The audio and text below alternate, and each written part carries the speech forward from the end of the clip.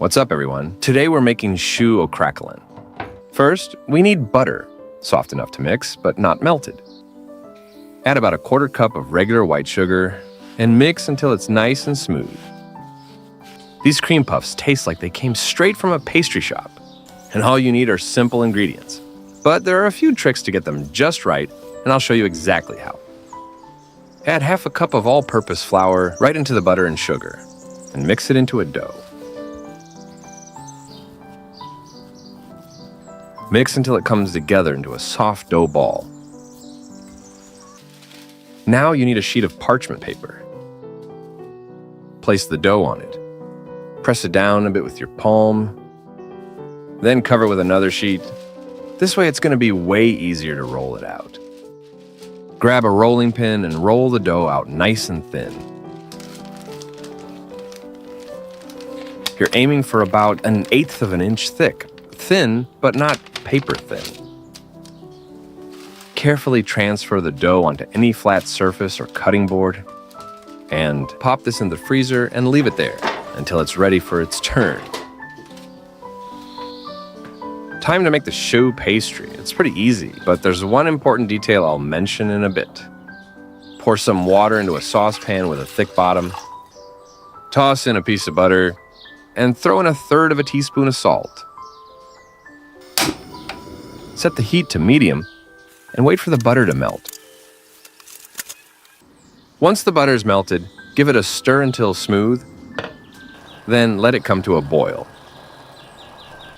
Now turn the heat to low and toss in all the flour in one go. No need to sift the flour. Stir everything with a wooden spoon and keep mixing until it comes together nice and smooth. So here's the important detail, guys. You want to dry the dough really well. It usually takes me about 5 minutes. If it's too moist, the puffs might collapse or turn out dense. But if you dry it properly, that's the secret to getting them tall, hollow inside, and perfectly shaped. And now we'll need to let the dough cool for a bit. I just moved the dough into a clean bowl. And then I spread it out a bit to help it cool faster. What matters is that the dough's warm, not hot. Now that the dough's cooled down, we can start adding eggs. Add them one at a time to make mixing easier and control the texture.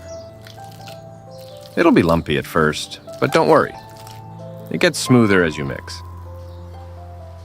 Add the next egg and mix it in again. But this isn't the texture we're looking for, not yet. So I'm adding the 3rd egg, but this time I'm cracking it into a separate bowl and I'm gonna add it in parts, just to control the texture and make sure the dough doesn't get too runny. Add half first. Mix it up and see how the dough's looking. It's not there yet, so I add the rest of the eggs and give it a good mix. It's still too thick. Not quite the texture we need. Gotta add one more egg, doing it in parts again. If the eggs are big, 3 usually do the trick, but not this time, apparently. And we mix again. You want it smooth and shiny, thick, but soft enough to pipe. When you lift the spoon, it should stretch and drop off kind of like a V shape. Now pop it into a piping bag and set it aside. Now back to the craquelin. Take it out of the freezer, peel off the parchment paper,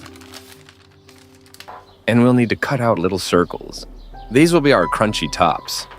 Use a glass to cut them out, ideally about 2 inches in diameter. If it's too firm to cut, let it sit for a minute. It'll soften up fast.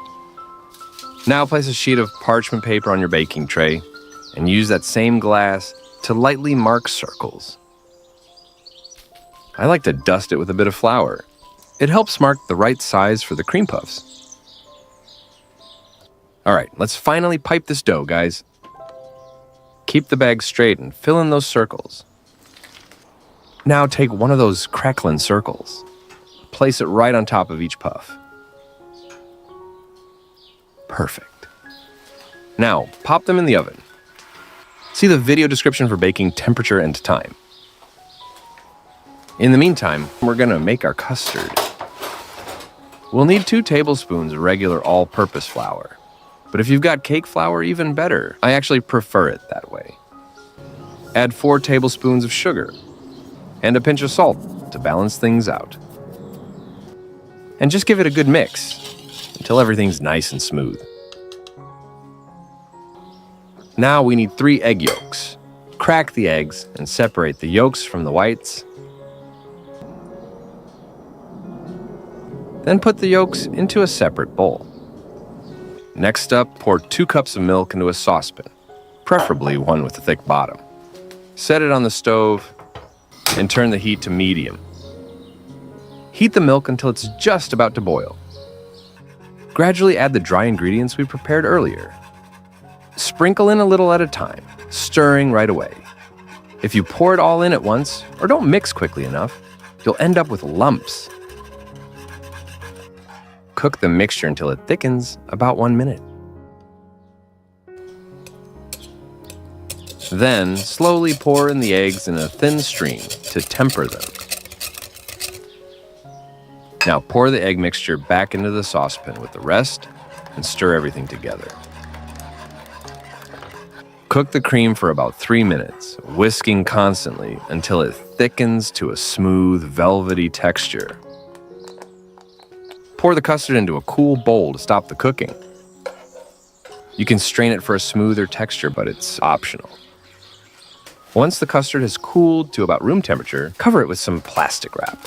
Make sure it touches the custard surface so it doesn't form a skin. Pop the custard into the fridge to cool and set a bit.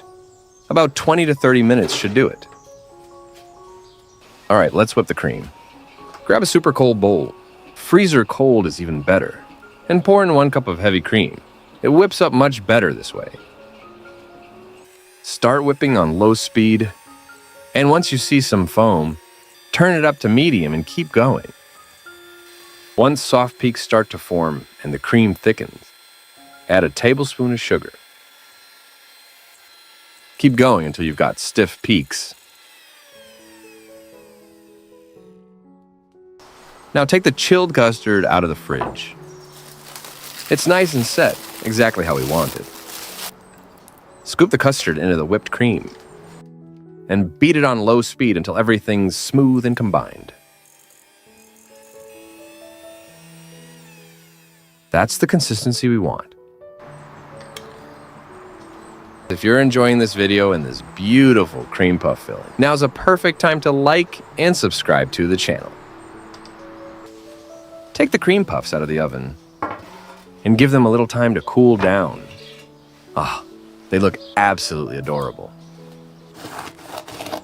They're so crunchy, guys. Can't wait to see what's inside.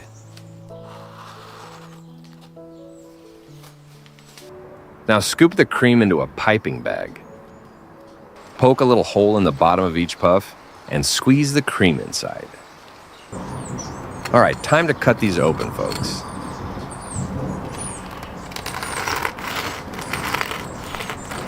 Pro tip, fill them right before serving so they stay nice and crisp.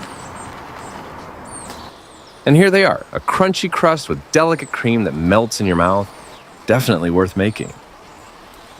Thanks for watching, guys. Make sure to like and subscribe, and I'll see you later.